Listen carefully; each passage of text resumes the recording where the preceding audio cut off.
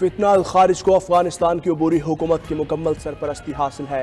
اقوام متحدہ میں مستقل مندوب منیر اکرم کا افغانستان کی صورتحال پر سلامتی کونسل میں بیان۔ کہا افغانستان سے فتنہ الخارج پاکستان میں روزانہ حملے کر رہے ہیں۔ پاکستان فتنہ الخارج کے خلاف کارروائی کرتا رہے گا۔ پاکستان کی افغانستان کو امن، استحکام اور معاشی تعاون کی پیشکش۔ منیر اکرم بولے، افغانستان کے اندرونی بحران اور تجارتی تعلقات بڑھانے کے لیے پرعزم ہیں۔ طالبان کے اقتدار سنبھالنے کے 3 سال بعد بھی 23 ملین سے زائد افغانیوں کو فوری انسانی امداد کی ضرورت ہے۔ عالمی برادری سے مطالبہ ہے کہ وہ بغیر کسی شرط کے افغانستان کو امداد فراہم کرے۔ یوکرین کا بڑا حملہ روسی علاقے ٹیور کو ہلا کر رکھ دیا۔ یوکرینی ڈرون حملے میں اسلحہ ڈپو تباہ، دھماکے کے بعد آگ لگ گئی، 13 افراد زخمی۔ خبر ایجنسی کے مطابق ناسا نے دھماکے کے بعد خلا میں بڑے پیمانے پر حرارت محسوس کی۔ یوکرینی حکام نے کہا کہ روسی میزائلوں، گولہ بارود اور دیگر جنگی ساز و سامان کو نشانہ بنایا۔ صدر زیلنسکی بولے، یوکرینی افواج نے روسی علاقے میں حیران کن کارروائی کی۔ روس کا بھی یوکرین پر حملہ، درجنوں مکان تباہ، 2 افراد ہلاک، 5 زخمی۔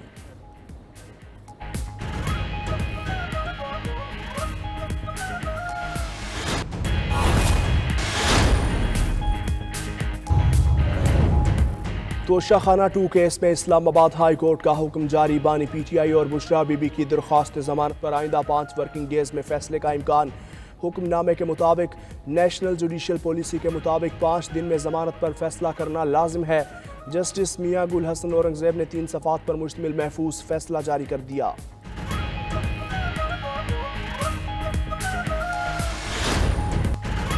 مولانا فضل الرحمان نے حکومت کا مجوزہ آئینی ترمیم کا مسودہ مکمل طور پر مسترد کر دیا۔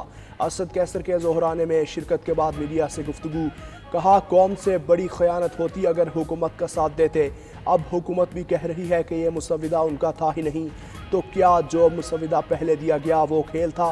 مولانا کی تنقید۔ جے یو آئی اور پی ٹی آئی کا مل کر چلنے پر بھی اتفاق۔ پی ٹی آئی رہنما اسد کیسر نے آگاہ کیا کہ پارلیمنٹ میں جو بھی کریں گے مل کر کریں گے۔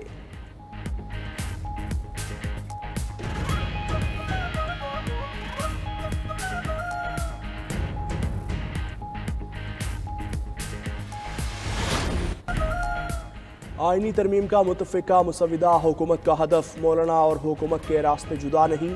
وزیر دفاع خواجہ آصف کا دعویٰ۔ کہا، کٹھن وقت مولانا کے ساتھ گزارا، مولانا چٹان کی طرح کھڑے رہے، وہ زیرک سیاستدان ہیں، گنجائش نکل آئے گی۔ وزیر دفاع کی بلاول بھٹو سے روزانہ کی بنیاد پر ملاقاتوں کی تصدیق۔ کہا، ایک پیج پر ہے مساق جمہوریت پر بانی پی ٹی آئی نے بھی دستخط کیے، اس میں آئینی عدالت کا معاملہ موجود ہے۔ وزیر اعلیٰ خیبر پختونخوا کو بھی یاد دہانی۔ کہا، 5 دن رہ گئے، آپ کے منتظر ہیں۔